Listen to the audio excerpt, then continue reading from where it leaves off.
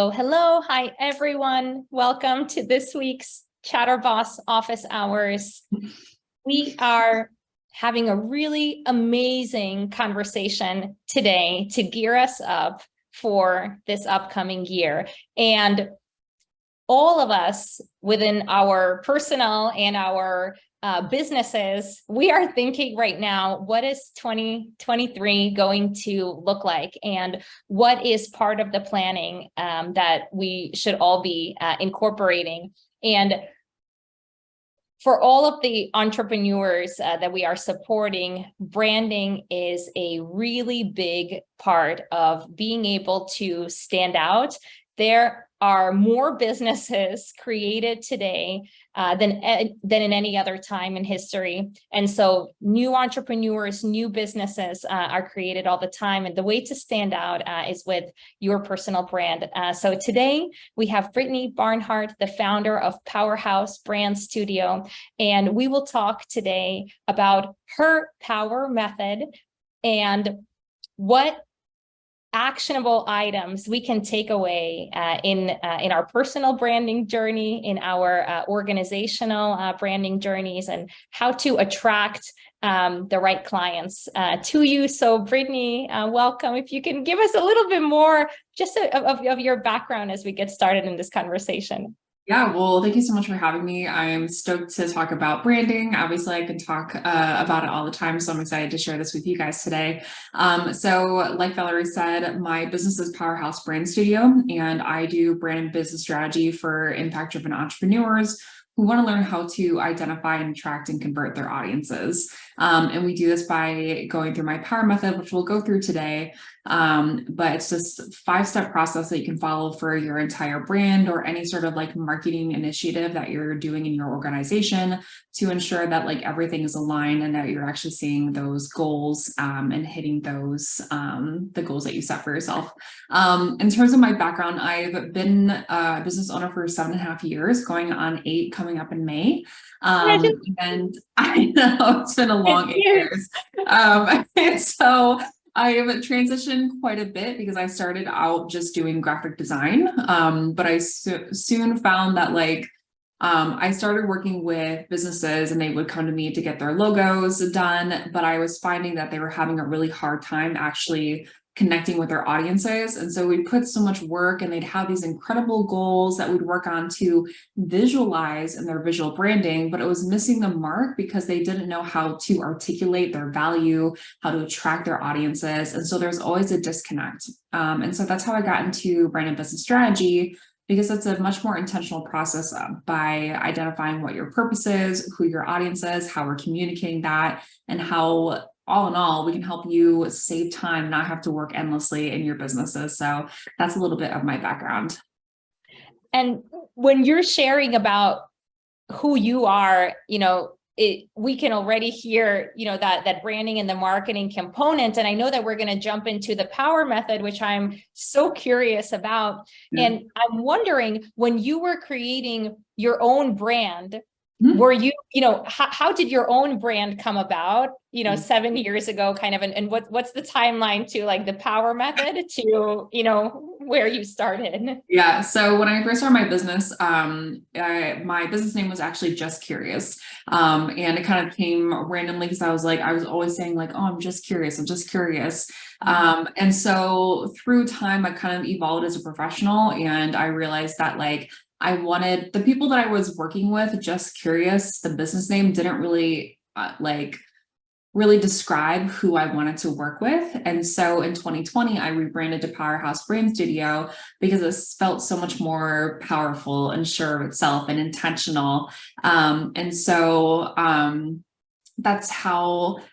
So kind of my brand today has very much been influenced by the person that I want to be, the business owner that I want to be, but also all the women that I work with. I think that like all the conversations and the collaboration that I do in my day-to-day work with all these incredible entrepreneurs has influenced my passion for even doing what I'm doing. And so my business is very much built around what they're looking for. And so in terms of like the language that I use as well, it's through all those conversations and kind of trying to synthesize all of these problems and things that these business owners are trying to do and trying to identify what is the core piece of what they're looking for and how can I use that in my language so that they resonate with it. Just curious, did you can you tell us about the journey of, or did you have the journey of having people be attracted to you and your brand that weren't your right people? And how did you pivot in order to attract the kind of clients that you do want to be working with? Yeah, very much so. 8 years, lots of mess ups, lots of mistakes.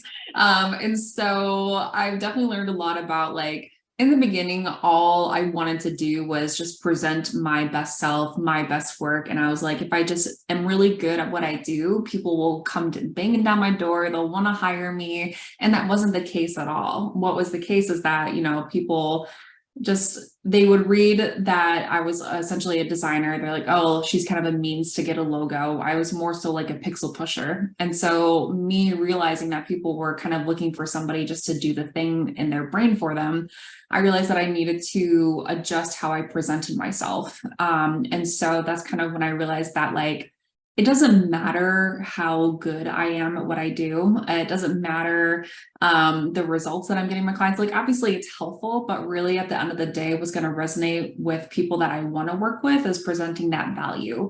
And I realized that in that value of working together and helping them create their businesses, I was able to identify language that, like, would resonate with them. And so there was definitely a long period of time when I was like working with people that it wasn't that I like didn't like them, but I was like, there's just like something off about it.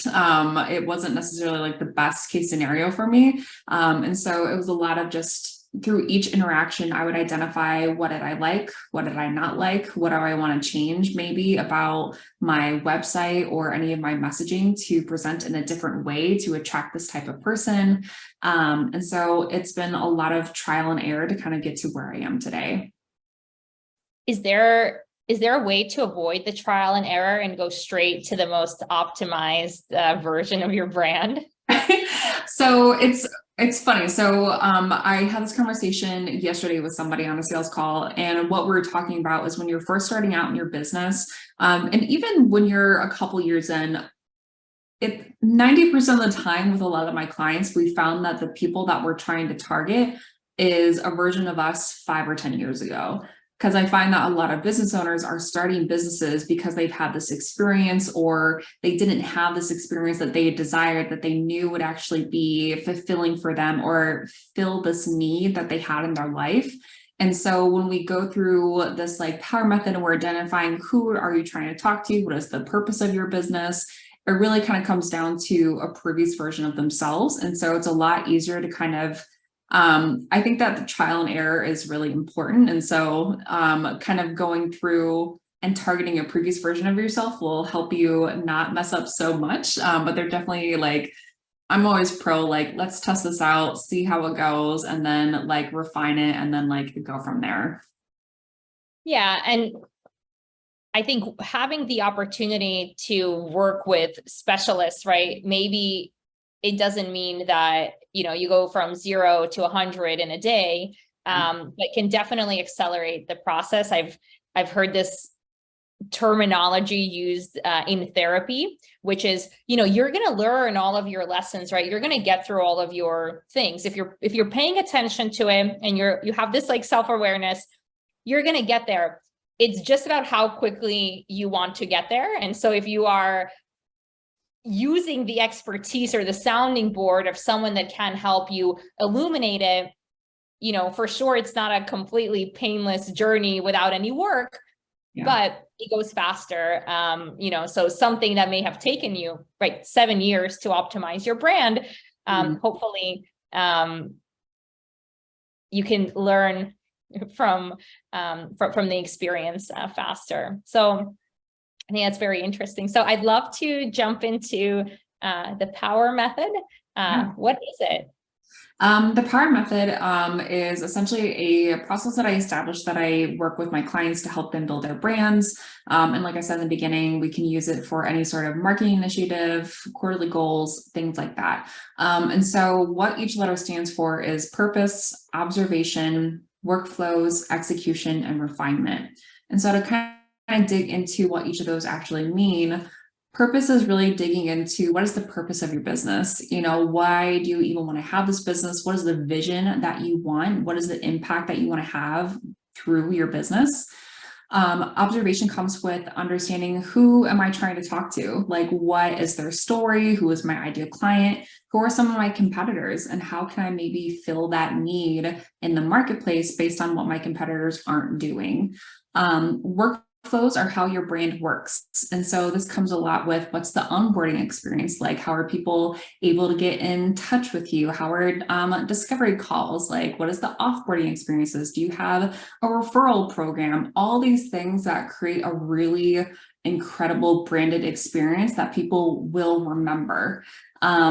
Execution is kind of self-explanatory, but it really depends on when I'm working with somebody, what we execute first based on their immediate goals and what would make the biggest impact in their business now.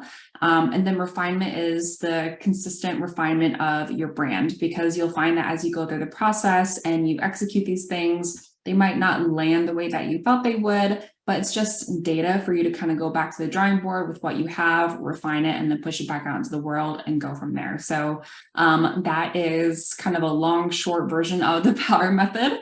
But yeah. Are all of these components in chronological order? Yes. I think that like the reason why I built it that way is because I was finding that a lot of people would kind of jump to like, what do I need to develop so that it's easier to get more clients, when really the question needs to be, who is the person that we're trying to target? What experience do they need? And what experience do you want to actually provide, so that we can create the workflows that actually match up to that? And so it's very much meant to be in chronological order so that we can put that purpose and like intention back into any sort of initiative that you're starting in your business. When I look at these components, and I think, for example, my own personality, right? I would start with execution. And then, and so do you find that with the individuals that you work with, that they kind of, specifically, a purpose and observation? I feel like someone could slow me down enough to say, hey, wait, have a look at these. But workflows and execution, and this comes up a lot in the conversations with the entrepreneurs that we support as virtual executive assistants, is that there's really two camps. There is the camp of people that want to sit down, they want to document everything, they want to review it and put a check on it, and then they're ready for the execution. And then there are some people that are saying, I cannot imagine the workflow until I get in action. So just curious, what your experience has been here. Yeah, so I've kind of seen both experiences. And so what I find is that honestly, like with the newer business owners, I'm all like, just try things up. I want you to mess things up. And like, as much as we don't want to fail, like, I think that the more that you are testing things and executing things on things quickly, it's really easy to gather that data and that information to help you influence, like, cool, this is who I actually want to work with. This is the workflow that's actually necessary. When it becomes more important to be more intentional, when you're kind of more developed and you're super sure on who you want to work with, you're really solid on what your packages are or like what your services are, and you want to continue to scale your business. And so I think that like, even in my own business, I found that like, when I started expanding to having, virtual assistants or like hiring contract designers, that's when I needed to be intentional and be super clear on the purpose, because when we're clear on that, it's really easy to communicate. This is the goal. This is what's important. Here's the end result that we're searching for, and here's how we're going to do it. Whereas like, if you're kind of solo, if you're like new to it, like under 2 years, I think it's totally fine to be executing and just trying things out to see what you really like, so that you're not really putting yourself in that box of like, oh, this is how it should be done, when maybe it doesn't quite work for you. I love that distinction. And we have some of our team members on the line as well. And it's something that hits so close to home of what we've been experiencing as the team has continued to grow. A lot of what we've just been kind of running and executing started to break because the vision is not the same. And there are many different hands touching the same project, executing differently. And so that ended up being this big pain point. And we've had to then slow down, go back to the purpose, observe all of that, and then come back to execution with just a really refreshed sense of being on the same page. And I love that you say that distinction, because you're right. If you're having a conversation by yourself, or it's like I think of like double kayaks. Oh yeah, yeah. I'm horrible with double kayaks. Like I can never row in the same direction at the same pace as another person. Yeah. But I can get myself anywhere I need to go. And so, yes, we have to start rowing, and we have to start, being in line with others. This becomes really important. Thank you for realigning us with that. And so now we know the 5 components, and it all makes sense, and it's all exciting to be able to do this kind of work, and at the end of the day end up at this brand that you feel can start to take on a life of its own, right? How do these components align with measurable revenue goals? Because a lot of this feels very tactical, very strategical. How do you align this to numbers? Yeah, absolutely. So a lot of that kind of comes with like different aspects of how your brand works. So as an example, what I'll often do with my clients is we'll start building out their service funnel, because a lot of times I tend to work with kind of coaches in like the wellness industry, or just like, people with that type of background. And they usually have gotten really good at like one service, but they're having a hard time selling it because it's like a higher price, like a ticket item. And so we're just like, how can we actually filter people into your brand? And so when we're building out their service funnel, we utilize the P.O.W.E.R method by identifying what is the point of, like, what is the purpose of the experience that you want people to have with your brand? Like, first and foremost, how do you want people to go through your brand? What do you want them to walk away with?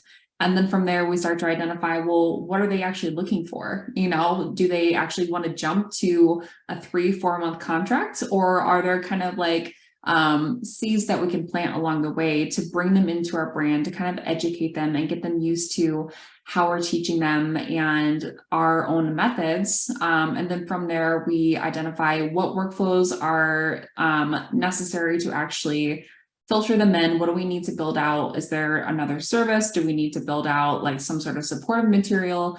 Anything like that. And so in terms of it coming out in measurable revenue outcomes, it comes with a lot of like developing their service funnel, and then any sort of like messaging. So we just went through Black Friday, and a lot of people like had that like Black Friday push of like, book now or forever hold your peace. And so messaging gets really important in that as well, so that we can like identify, attract, and convert our audiences.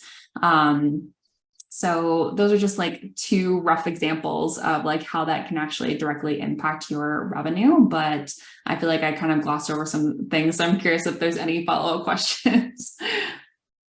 How much weight does the brand and this continuous thought that you're putting into the brand, how much weight does it have versus the tactics of the different channels, the funnels that you have, for example, paid search and things like that? And so when you're looking at your organization's marketing strategy, how much attention should brand get? Because I think that there are a lot of entrepreneurs that go into like one of the 2 directions. It's either all super tactical, let us refine the communication and the messaging that we have, for example, in our ads, and see what's working. and it doesn't necessarily connect to what they get when they're on the landing page, versus spending a lot of time mulling over your brand, having it be perfect, and then no one arrives. And so, you know, from a business perspective, what's the percentage of attention that you should give to your brand and that continuous refinement of it versus like the customer acquisition tactical channels?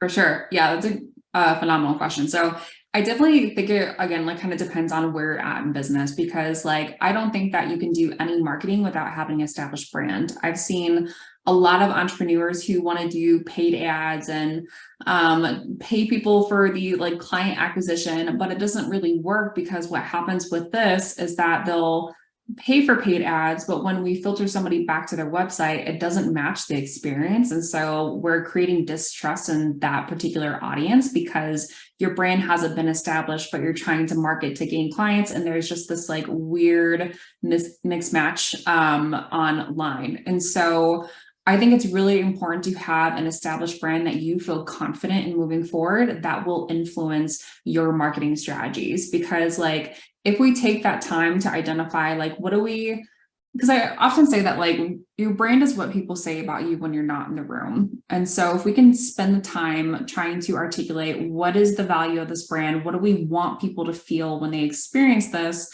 then we can better understand what is the best use of our time. Do we actually want to be on TikTok? Do we want to do more email marketing? Like what makes sense with like our brand goals, our brand voice, like who we're trying to target.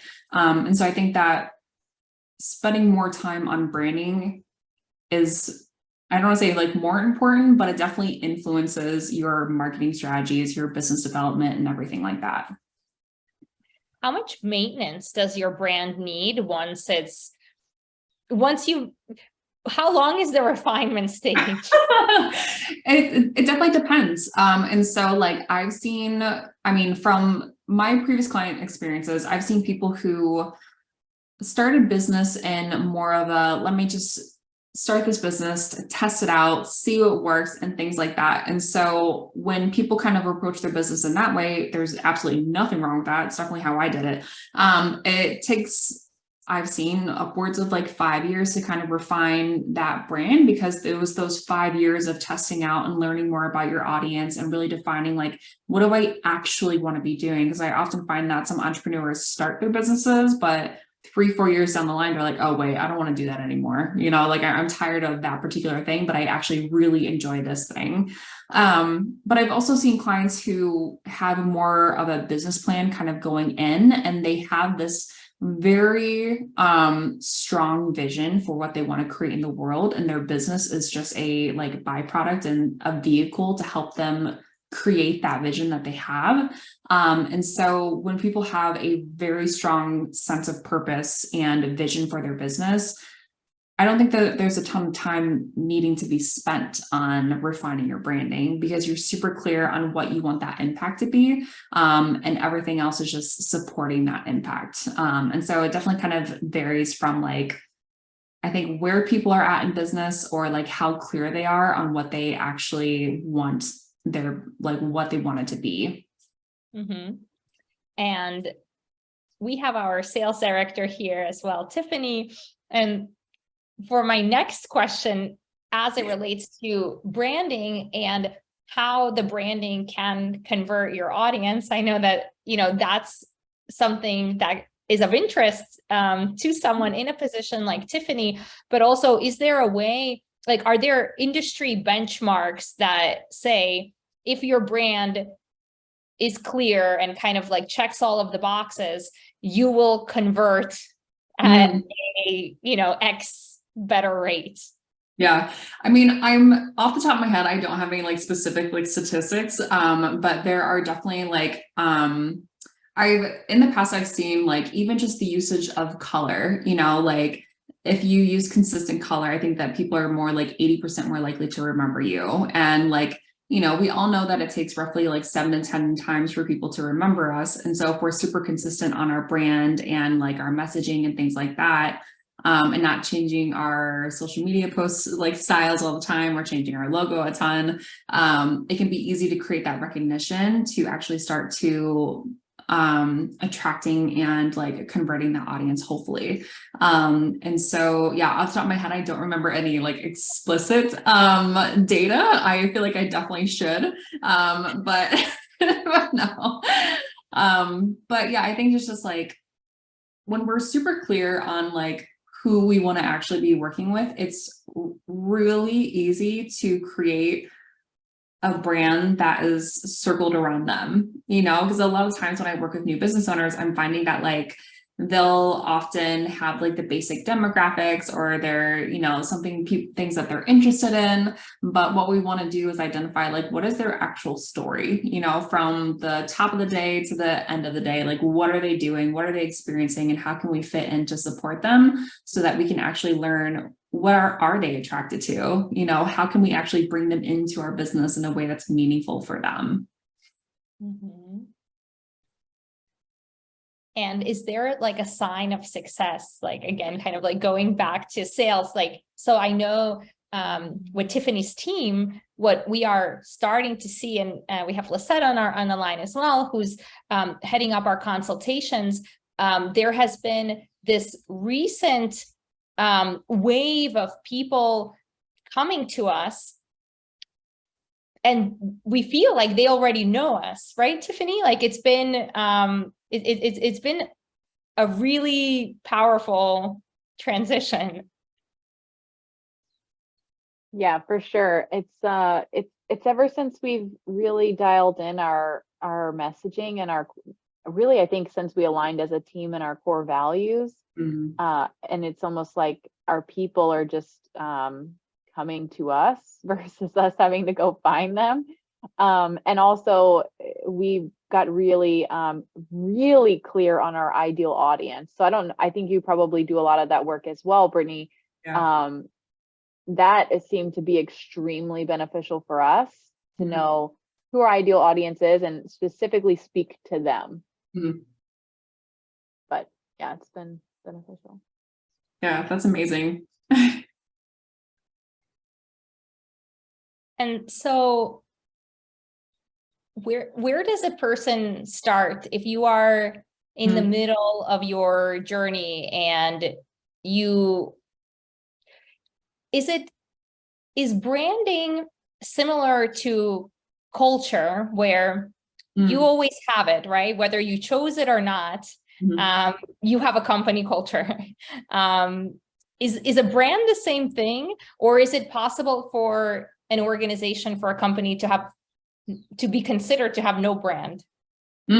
So I definitely don't think that you can have a business without having a brand, because like at the end of the day, even if you like haven't actually invested in what we traditionally think as a brand, what's going to happen is that you're going to be selling your services or your products or whatever it might be, and people are going to have a very specific experience with you that's going to influence their conversations about your business, you know? So that kind of goes back to that quote around like, our brand is what people say about us when we're not in the room. That those conversations that are happening around like your business is very much like your brand, you know? So the more branding we can do behind the scenes that kind of control those experiences as much as like humanly possible, the better it is going to be for your business's growth. And so I've always believed that like, you can't really have a business at all without having a brand, because a brand is a tool to help you build your business to maybe heights that you never thought you could actually achieve. You know, kind of going back to how you guys got super clear on your ideal client,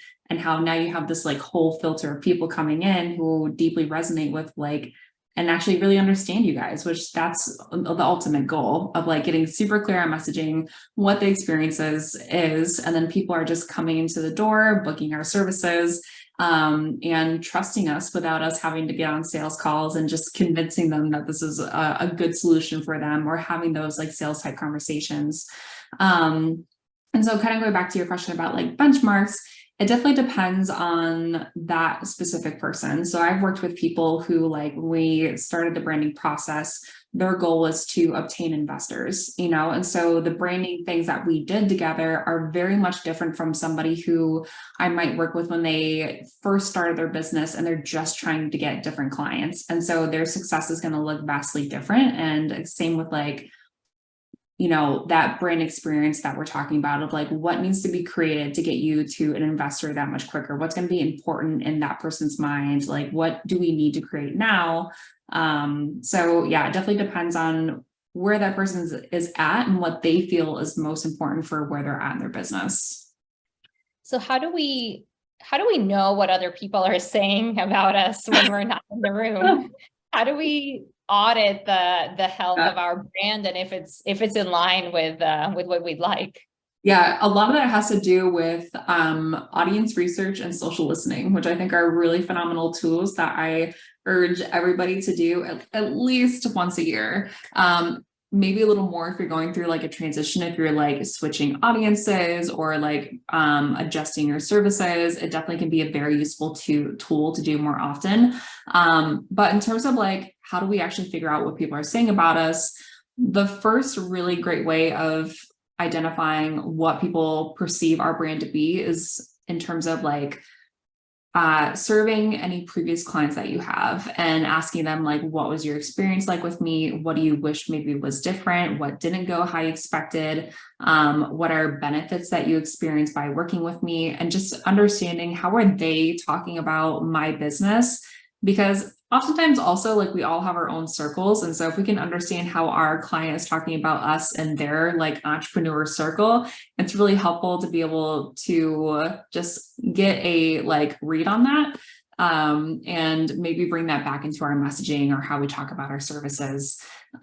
For social listening and doing a little bit more audience research, I love utilizing like our social media platforms to kind of ask my audience different questions.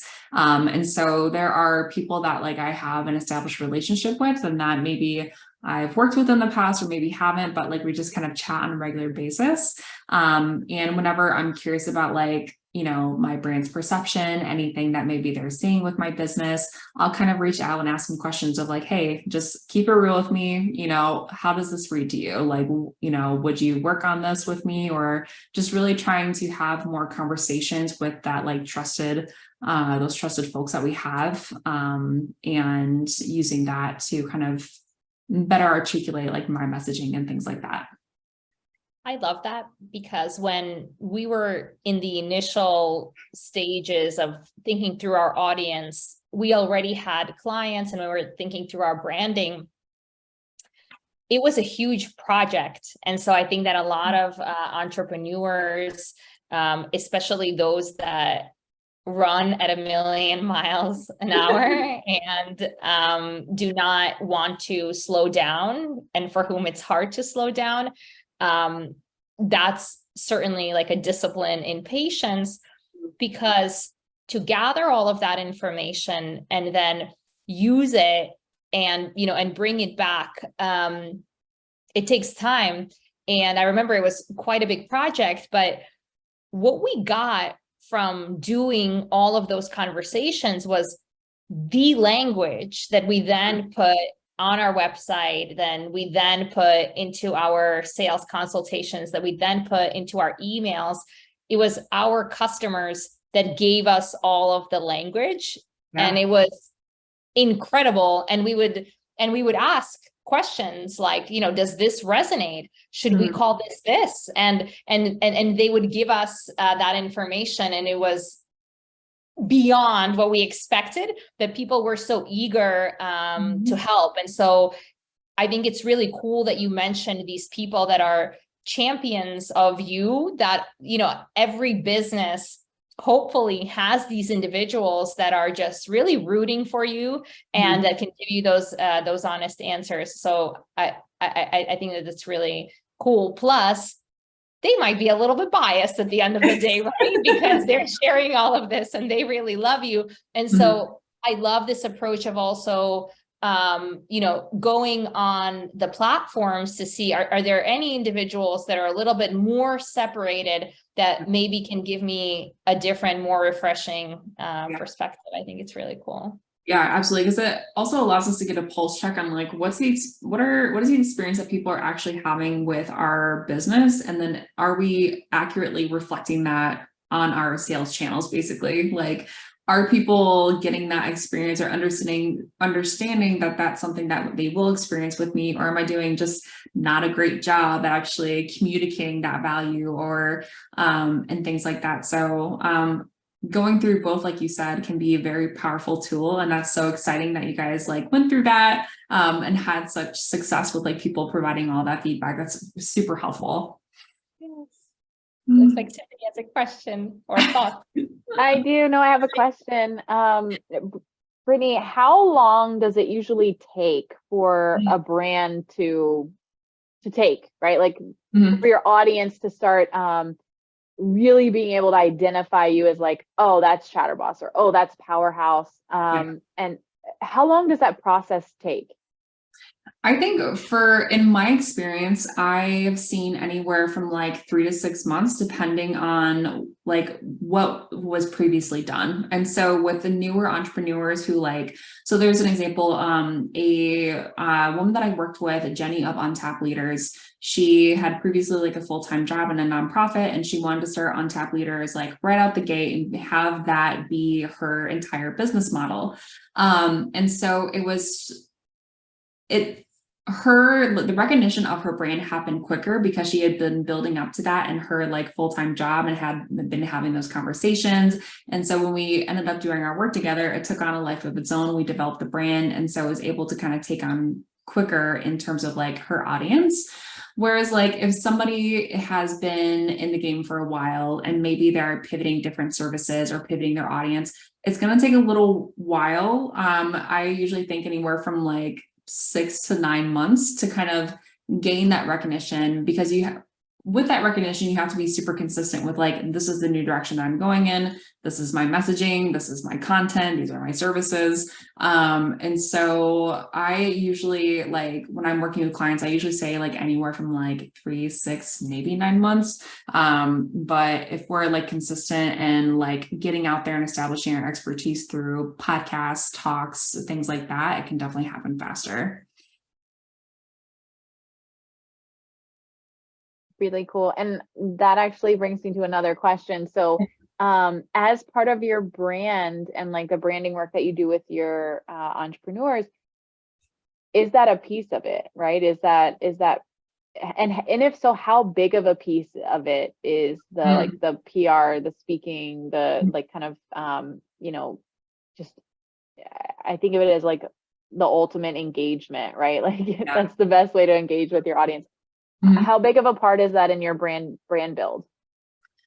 It's not a huge part of the brand build, but it is a part of it, because I think that there are some of the folks that I've worked with definitely already have an idea of this is exactly how I want to roll it out. And this is exactly what I'm going to do. And I'm like, okay, well, here's how we can like adjust your messaging to fit that. Like, if you feel good about this, let's kind of talk through pros, cons, and maybe like adjust some things.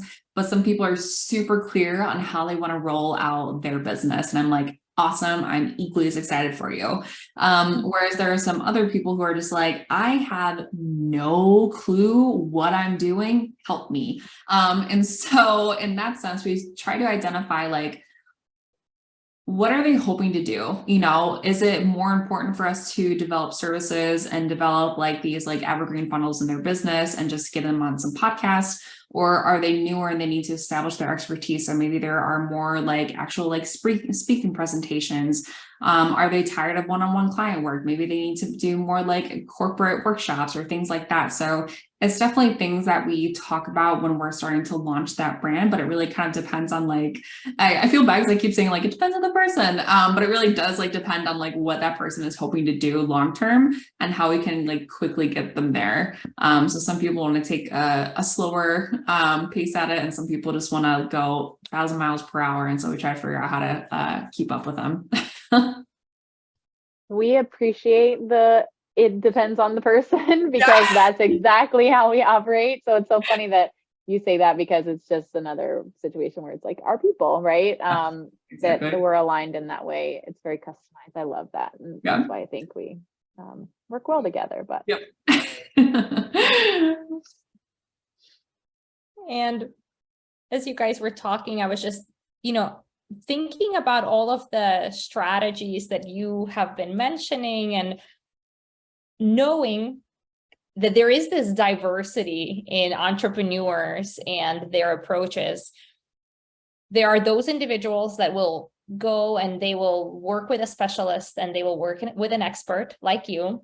And then there is the DIY entrepreneur, no matter how big the organization gets. Yeah. It's really painful to bring someone on, and what they really desire is to take all of the steps by themselves and get out on the other side, through this like more painful experience. But knowing that we have in this room our assistants and we have clients and we have these different types of personalities, for the individuals that are ready to work on their brand or audit their brand, refine their brand with an expert, we know what to do next, right? They can reach out to you, and you're going to put it in the chat, what is the best way to contact you. For the individuals that love the DIY or they're not yet ready to invest in brand strategy, what are some of the what is the top tactical thing that they can start doing in terms of improving their brand or working on their brand today? Yeah, super good question. I love my DIYers. I was a long-time DIYer until I realized that I was kind of like hurting my progress. And so I was like, oh, hiring professionals is a good idea. I think there also comes a time when you have to like walk the walk, you're like telling people like, you should hire a professional. And it's like, oh, I need to hire a professional as well. But in terms of like, if you're DIYing your brand, depending on where you're at in your business, I feel like people get so sick of it. But I'm always telling people just get super clear on who you actually want to be working with. Like, I don't care what their Starbucks order is. I don't care how many pets they have. I want to know, who are they actually as a person? Like, what is their life experiences? And so I'll work with a lot of like wellness coaches. And so when we build up these profiles, we're trying to figure out, what has this person's experience with wellness been when they were a teenager, early 20s, 30s, wherever they're at in life? Because like, that's going to help us identify how we can actually communicate with them and like what type of messaging that we can use to attract them to our services and our brand. So the first step would be just getting super clear on who your ideal client is. This might be through just asking your audience questions, or this might be from past clients, or again, kind of going back to what I said previously of thinking about that previous version of you 5 to 10 years ago. Who were you then? What were the things that you were looking for, the problems that you had? So starting there, and then from there, I am a huge fan of identifying how can we work less. And so once we identify who is this person, how can we create this experience for them to make it easy for them to get in touch with us, or to buy our course, or to buy our service, whatever it might be.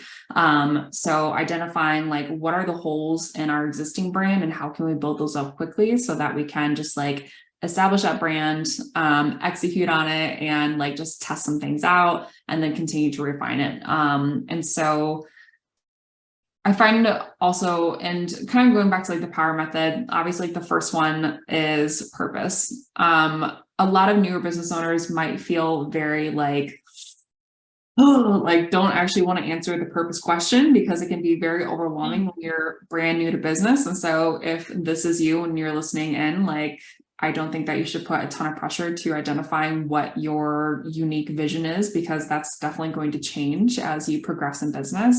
But I think just understanding the purpose of what you want to accomplish and how that relates to who you're trying to work with can be really powerful with how you actually like build out your business.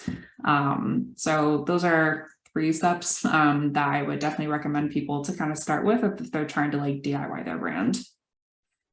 I appreciate you saying that and putting that kind of a buffer in, because as we speak about branding, it feels very permanent, and it feels like this ultimate business card that's etched in gold. And, and so the hesitations that you mentioned that some people have as they're getting started, almost this, paralysis from being able to act, because everywhere that I step is a footstep that is cemented into the future, and we all have to start somewhere. So that's kind of reassuring that wherever you start, you will get to the place that you have to go. You will be refining along the way, but you're not going to suddenly get lost in the woods, right? As this is me speaking my own kind of anxieties about everything. Like I am very,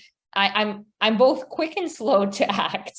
And there are some areas, you know, and you were talking about understanding your client and really selecting that, you know, person that you'll be speaking to. And one of the things that came out in our company from our core values is that perfect is the enemy of the good. And so we are trying to get away from this analysis paralysis. And I'm grateful for you saying that. And when I think about the ideal audience, my natural drive is I want to know all of them. I want to know every person that exists. And I want to know as much information about all of them. And by the time I collect all of this information, it's overwhelming and it doesn't blend into one archetype. And so can you talk a little bit more? Is it, you know, about that process? Is it really selecting just one person? Is like one person that feels like they've been the right fit? Is that enough to then project all of the other people? Or is there a possibility, again, like my anxieties speaking, like, can you possibly lose all of the other amazing clients because you're now, you know, you've only selected to talk to one? How, or you've started to create your messaging around one? I'm always afraid of blind spots. Okay. So yeah, this is a great question. And so a couple of things that I want to touch on before I like directly answer that question is that a lot of the times when we go through this like ideal client exercise of like, who is this one person that we want to talk to? We definitely don't need to have one person, but we don't need to have more than like 3. And I just think that like, I also don't think that if we were to focus in on one person, that just completely removes everybody else except that person. It's more so like, we can be an expert in what we do, or we can be an expert in this person's problems, you know? So like, if I were to hire somebody, I want to work with somebody who understands my problems versus like somebody who maybe like just knows the expertise, you know, so that they have direct experience with working with my problems that I'm looking for. And so that's kind of also the power of having a really established brand, is that even if you are clear on who is this person that I want to work with, it's still going to attract a lot of people, you know, and that as they go through the process, they can like self-qualify of like whether or not they actually want to work with you, but it's not going to just immediately say like, nope, only this person, you know, my blinders are on for only this person. It's definitely not like that. And so to kind of touch on building out this ideal client profile, what you kind of spoke to was building out a customer journey. And I love doing this exercise with my clients because we start to, you know, take this amalgamation of like 3 people, but what we'll do is we'll segment out their experience from like, maybe they're 25 now all the way to like 45. What are their different experiences that they're having? Or maybe it's more like, we're building out a profile from beginner, intermediate to advanced. What are their experiences when they're beginner? What are they going through as an intermediate? What do they need as an advanced person? It's all the same person. They're going through different experiences, but they have similar goals, you know? So the more that we can understand who these like types of people are and put them into a customer journey, the easier it is to build out that service funnel, bring them into this brand and things like that. So I hope I answered that question, but if not, feel free to just like, let me know. Do you have to already be in the process of working and do you have had to have the experience of interacting with clients that are a good fit and those that are not a good fit, and you have to be kind of imagining based on real life? Or is there an opportunity to do the client journey from scratch, from the very kind of, how does that work? Yeah, absolutely. So I've definitely had people they've had client experiences, and we've kind of identified, what did you enjoy about it? What did you like? Who do you not want to work with? What, we kind of, as much as we don't really want to like harp on like the negative stuff, we do go through and identify what did not work about that, what was kind of miscommunicated, what could we do better next time. And so if you don't necessarily have that previous client experience to help influence that ideal client profile and that customer journey, it ends up becoming, what do we want this experience to be? If we're starting from scratch, we can think back again to that previous version of ourselves, and what would they want to go through this brand? What do they want to hear 5 years ago? Or if you're not into that, I think that starting from scratch is completely fine, because it still gives you a starting point for like, cool, this is what I think I want to communicate. This is what I think is happening. Let me just put out some content, put out the service, like whatever it actually might be, see how it lands with my audience, and test it out for the next 1 to 2 months. If it's not hitting the way that I thought it would, let me just go back to the drawing board and figure out something else. I think that there's just a lot of opportunity with creating the reality that you want. And so I don't think that there's anything necessarily wrong with like starting from scratch. I love that. And so to close out this conversation, we have in the room our assistants that are supporting clients that are needing work on their brand. We have our clients that are needing support on their brand. And so when you talk about impact-driven entrepreneurs, can you define for us who is that ideal person within your business, so that you could speak into their listening? Yeah, so for impact-driven entrepreneurs, a lot of it is people that are super, super clear on what they want their vision to be, and everything else is just a vehicle to actually get there. And so there's actually a client of yours, who's also a client of mine, Angela Howard, who was also previously an office hour. I worked with her a couple of years ago, and then recently on her new website. And the reason why I loved working with her so much is because she's so clear on what she wants to be doing in the workplace and the experiences that she wants people to have, that I was like, this is the impact-driven entrepreneur. She's super clear on what she wants to do. Everything else is just a vehicle for doing it. And she's doing that work, and she's on stages. It's amazing. And so that's just kind of like one example, but folks who have a very deep sense of like passion for what they're doing. And it's more, not that there's anything wrong with like just wanting to make money. I think that like all entrepreneurs, when they start out, it's very much like, how can I make money as quickly as possible? But as you progress through business, you start to identify like, oh, this is, with my experience with previous clients, this is actually what I'm really passionate about. I love working with these people and helping them do this thing. Once they kind of develop that passion, that's kind of where I come in, because working with impact-driven entrepreneurs is what I'm passionate about. Like I want to help them articulate their value to the world, and help them increase their impact. I think that's beautiful. And and it feels so good to be connected in this kind of way. And it also says so much about, your networks, and then how they amplify, the right people that you get connected to, and all of those introductions can be so powerful. But I think it's a beautiful way to close out this conversation. And the thing that stood out to me the most from interacting here is that we have a choice when we are running our business and when we're choosing where to put our resources.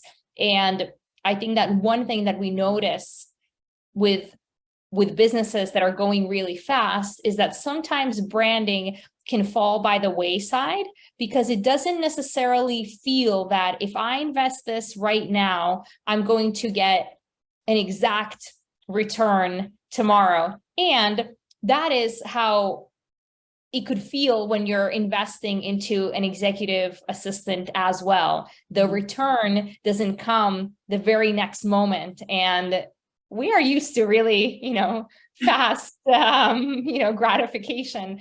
And so that stood out a lot for me, is that if we want to be investing our resources into marketing and into different tactics, and we are creating content, we really want all of our messaging to be so in line And the only way to do that and help others, instruct others to do that, is to have a really clear brand and to have really clear understanding of who the individuals are that we're speaking to. So it's really impactful.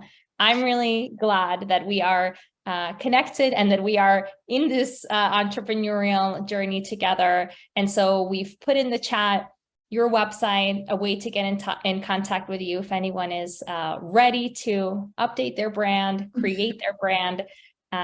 Brittany, thank you so much for the time together. Yeah, thank you so much for having me. I am so glad that we're able to have this conversation. And like you said, I'm glad that we're connected. Lots of great people. And yeah, if anybody has any questions after the call, feel free to DM me on Instagram. I'm always on there. Happy to always chat about branding. So thank you guys for tuning in. Thank you. Thanks, Brittany. Thanks. Bye.